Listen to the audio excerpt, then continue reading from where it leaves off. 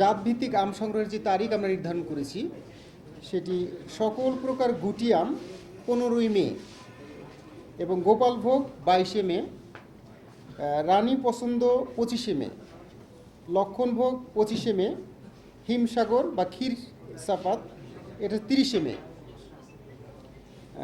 Banana mango বা ল্যাংড়া 10ই June, Amrapali 15ই June এবং ফজলি আম 15ই June, বাড়ি 5ই জুলাই, আশ্বিনা 10ই জুলাই, গৌরমতি 15ই জুলাই এবং কাটিমন এটা সারা বছর এবং বাড়ি 11 সারা বছর।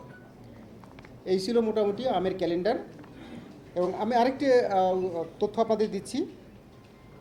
সারা বাংলাদেশে 2,40,000 মেট্রিক টন আম, এটা গত বছরে ছিল।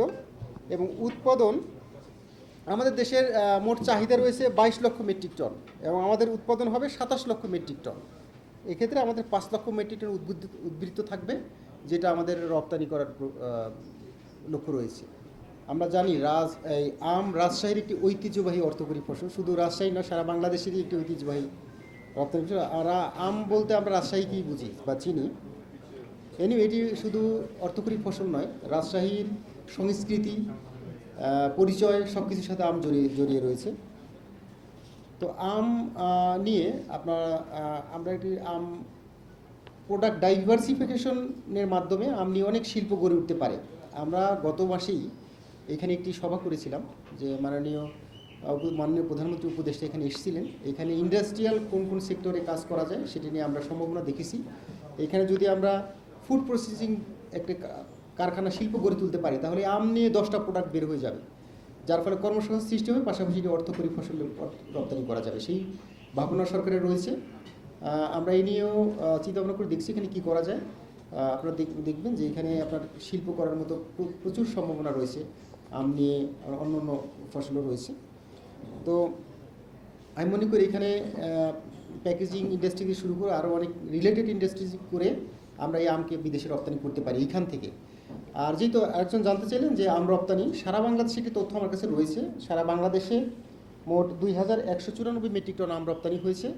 রাজশাহীতে এটি আমরা যতটুকু জানি 13 মেট্রিক টন রাজশাহী থেকে গিয়েছে এবং মোট বাংলাদেশে এটি। এবং এই রপ্তানিকে আরও বহুগুণ বাড়ানো যায়, সেটি সরকারের ভাবনা রয়েছে যে আমরা এই অর্থকরী ফসল কীভাবে রপ্তানি করতে পারি। আশা করি আগামীতে আমরা এই অর্থকরী ফসল আম এখান থেকেই সরাসরি বিদেশে রপ্তানি করতে পারব।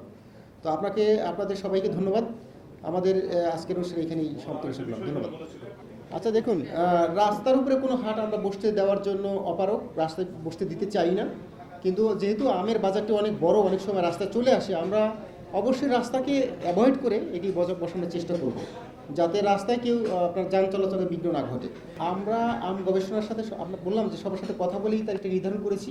রিলেটেড এই তারিখই ফিক্স থাকবে। যদি কেউ অপরিপক্ক আম পারতে চায়, সেক্ষেত্রে আমরা আইনগত ব্যবস্থা গ্রহণ করব সবার বিরুদ্ধেই।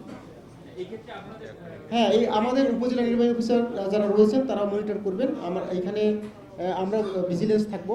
যদি কোনো এই ধরনের কেউ অর্থাৎ কাস্টমারকে ঠকিয়ে, ভোক্তাকে ঠকিয়ে অপরিপক্ক আম বাজারে রপ্তানি করতে চায়, আমদানি করতে চায়, তাহলে আমরা তার ব্যবস্থা গ্রহণ করব। ধন্যবাদ সবাইকে।